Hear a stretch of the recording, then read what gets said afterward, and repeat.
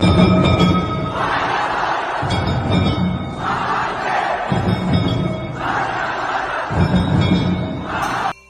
नमः शिवाय।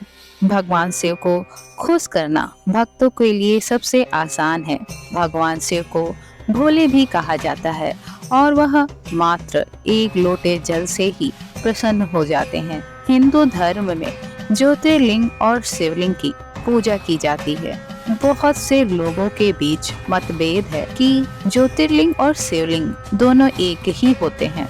यदि आप भी ऐसा सोचते हैं तो आप बिल्कुल गलत सोचते हैं। इन दोनों में बहुत अंतर होता है। हम आज आपको बताएंगे कि शिवलिंग और ज्योतिर्लिंग में क्या अंतर है।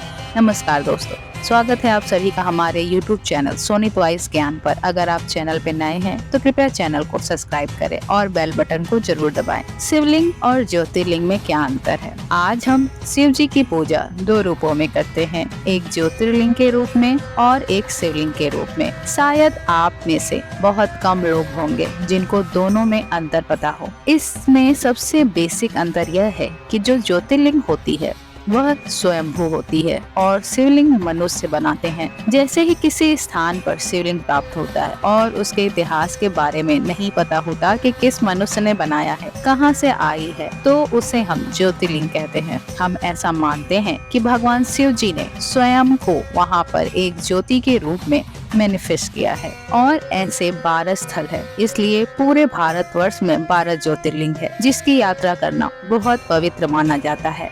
वहीं जो शिवलिंग होता है वह शिव जी के अनादि और अनंत रूप का सिंबॉलिक है। अगर आप हिंदू दर्शन की बात करेंगे तो जड़ और चेतना की बात की जाती है, जिसे हम पुरुष और प्रकृति कहते हैं। तो जो शिवलिंग का ऊपरी भाग होता है वह चेतना है, वह पुरुष है, और नीचे का भाग होता है उसे हम प्रकृति कहते हैं, जो इस जगत को दिखाती है। और इसको मनुष्य इसलिए बनाता है कि जिससे उसे याद रहे हमें प्रकृति में तो रहना है, लेकिन प्रकृति से लिप्त नहीं होना। शिवलिंग का अर्थ क्या होता है? संस्कृत में शिवलिंग का अर्थ प्रतीक या चिन्ह होता है। इस प्रकार शिवलिंग का अर्थ शिव का प्रतीक या शिव का चिन्ह होता है। उसे लिंगा, पार्थिक लिंग, लिंगम या शिवलिंगम भी कहते हैं। पुराणों के अनुसार जब महाप्रलय होती है तो सब कुछ इसी शिवलिंग में समाहित हो जाता है और फिर पुनः इसी शिवलिंग से सृष्टि की उत्पत्ति होती है। शिवलिंग का न आदि है और न ही अंत है। विश्व की संपूर्ण ऊर्जा का प्रतीक शिवलिंग को माना गया है। इसमें शिव और शक्ति एक साथ वास करते हैं। हिंदू धार्मिक ग्रंथों में वर्णन किया गया है कि इस सृष्टि की उत्पत्ति भगवान शिव से हुई है और एक दिन सब कुछ इन्हीं में मिल जाएगा। शिवलिंग के 3 भाग होते हैं। पहला जो जमीन को स्पर्श करता है, दूसरा जिस पर शिवलिंग स्थापित होता है, और तीसरा भाग जिसकी हम लोग पूजा करते हैं। हम में से लगभग सभी लोग यही मानते हैं कि शिवलिंग में भगवान शिव का वास होता है, लेकिन यह अधूरा सच है। वास्तव में शिवलिंग में तीनों देवों का वास होता है। सबसे निचला हिस्सा जो जमीन से टिका रहता है वो ब्रह्मा जी का भाग होता है, जो इस सृष्टि के सृजन करता है। बीच वाला भाग भगवान विष्णु का भाग है, जो इस सृष्टि का पालन करते हैं, और तीसरा तथा सबसे ऊपर वाला भाग भगवान शिव का है, जो सृष्टि का विनाश करते हैं। शिवलिंग की आराधना करने से तीनों देवों की और माता शक्ति की आराधना के साथ साथ सभी देवताओं की पूजा एक साथ हो जाती है।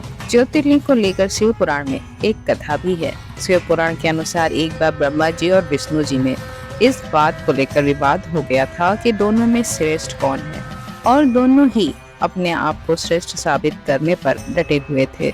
इस भ्रम को दूर करने के लिए भगवान शिव एक ज्योति स्तंभ के रूप में प्रकट हो गए, जिनकी न तो कोई शुरुआत थी और न ही कोई अंत था। ज्योतिर्लिंग में से आवाज आई, दोनों में से क्या किसी ने ज्योतिर्लिंग का छोर देखा? विष्णु जी वराह का रूप धारण कर धरती की ओर उस ज्योतिर्लिंग का छोर ढूंढने निकल पड़े और ब्रह्मा जी एक कीट बनकर उस दिव्य ज्योति का उद्गम ढूंढने निकले, किंतु न ही ब्रह्मा जी को और न ही विष्णु जी को इसका अंत मिला।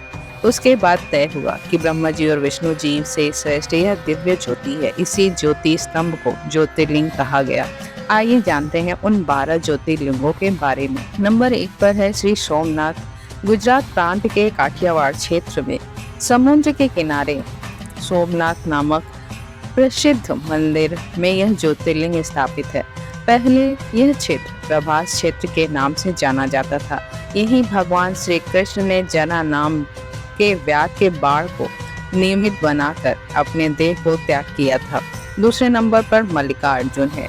आंध्र प्रदेश में कृष्णा नदी के तट पर दक्षिण का कैलाश कहे जाने वाले श्री शैल पर्वत पर श्री मल्लिकार्जुन ज्योतिर्लिंग स्थित है। महाभारत, शिव पुराण तथा पद्म पुराण आदि धर्म ग्रंथों में इसकी महिमा और महत्ता का विस्तार से वर्णन किया गया है। तीसरे नंबर पर है महाकालेश्वर शिवलिंग। यह परम पवित्र ज्योतिर्लिंग मध्य प्रदेश के उज्जैन में स्थित है। इस ज्योतिर्लिंग की विशेषता है कि यह एकमात्र दक्षिण मुखी ज्योतिर्लिंग है। यहाँ आने वाले की झोली कभी खाली नहीं जाती। चौथे नंबर पर है ओमकारेश्वर ज्योतिर्लिंग। यह ज्योतिर्लिंग मध्य प्रदेश के प्रसिद्ध शहर इंदौर के पास स्थित है। जिस स्थान पर ज्योतिर्लिंग है उस स्थान पर नर्मदा नदी बहती है। यह नदी चारों ओर बहती है, जिससे यहाँ ओम का आकार बनता है, इसलिए इसे ओमकारेश्वर के नाम से जाना जाता है। मान्यता है कि तीर्थयात्री सभी तीर्थों पर जल लाकर ओमकारेश्वर में अर्पित करते हैं, तभी उनके सारे तीर्थ पूरे माने जाते हैं। पांचवा है केदारनाथ ज्योतिर्लिंग। भगवान शिव का यह प्रसिद्ध ज्योतिर्लिंग उत्तराखंड में स्थित है। यह मंदिर समुद्र तल से 32,000 किलोमीटर ऊंचाई पर है। यहाँ सर्दियों में भारी बर्फबारी होती है, इसलिए सर्दियों के 6 महीने यहाँ जाना मुश्किल है। मतलब कि यहाँ दर्शन के लिए सिर्फ गर्मियों में ही जाया जा सकता है। मान्यता है कि इस मंदिर का निर्माण पांडवों के पौत्र महाराजा जन्मेजय ने कराया था। अब बात करते हैं छठे ज्योतिर्लिंग की, जिसका नाम है भीमा शंकर ज्योतिर्लिंग। यह ज्योतिर्लिंग महाराष्ट्र पुणे जिले के सह्याद्री नामक पर्वत पर स्थित है। यहाँ स्थित शिवलिंग काफी मोटा है, इसलिए इसे मोटेश्वर महादेव भी कहा जाता है। सातवां विश्वनाथ ज्योतिर्लिंग। यह ज्योतिर्लिंग उत्तर प्रदेश के काशी में गंगा नदी के किनारे स्थित है। यह मान्यता है कि काशी नगरी को स्वयं भगवान शिव ने बसाया था और कैलाश पर्वत के बाद उनका दूसरा स्थायी निवास यही था। कहा यह भी जाता है कि काशी भगवान शिव के त्रिशूल पर टिका हुआ है। आठवां त्र्यंबकेश्वर ज्योतिर्लिंग। यह ज्योतिर्लिंग गोदावरी नदी के किनारे महाराष्ट्र राज्य के नासिक जिले में स्थित है। कहा जाता है कि गौतम ऋषि और गोदावरी नदी के बुलाने पर भगवान शिव को इस ज्योतिर्लिंग में आकर बसना पड़ा था। इस ज्योतिर्लिंग की सबसे खास बात यह है कि यहाँ ब्रह्मा, विष्णु और महेश तीनों ही विराजित हैं, बल्कि अन्य सभी ज्योतिर्लिंग में केवल भगवान शिव ही विराजित है। अब बात करते हैं 9वें ज्योतिर्लिंग की, जिसका नाम है बैद्यनाथ ज्योतिर्लिंग। यह ज्योतिर्लिंग झारखंड राज्य के देवघर में विराजमान है। मान्यता है कि इसे लंकापति रावण ने स्थापित किया था। दरअसल इस शिवलिंग को रावण ने अपने 9 सिरों की भेंट चढ़ाकर भगवान शिव से वरदान में मांगा था। 10वां नागेश्वर शिवलिंग। यह ज्योतिर्लिंग गुजरात के वडोदरा क्षेत्र में गोमती द्वारिका के पास स्थित है। इसके अलावा कुछ लोग दक्षिण हैदराबाद ओड़ा गांव में स्थित शिवलिंग को नागेश्वर ज्योतिर्लिंग भी मानते हैं, तो कुछ लोग उत्तराखंड में अल्मोड़ा जिले में स्थित जागेश्वर शिवलिंग को नागेश्वर शिवलिंग मानते हैं। और अब 11वां रामेश्वर ज्योतिर्लिंग। यह ज्योतिर्लिंग तमिलनाडु के रामानथ जिले में मन्नार की खाड़ी के पास स्थित है। मान्यता यह है कि यहाँ भगवान राम ने वानरों के साथ मिलकर लंका पर चढ़ाई के लिए राम सेतु बनाया था।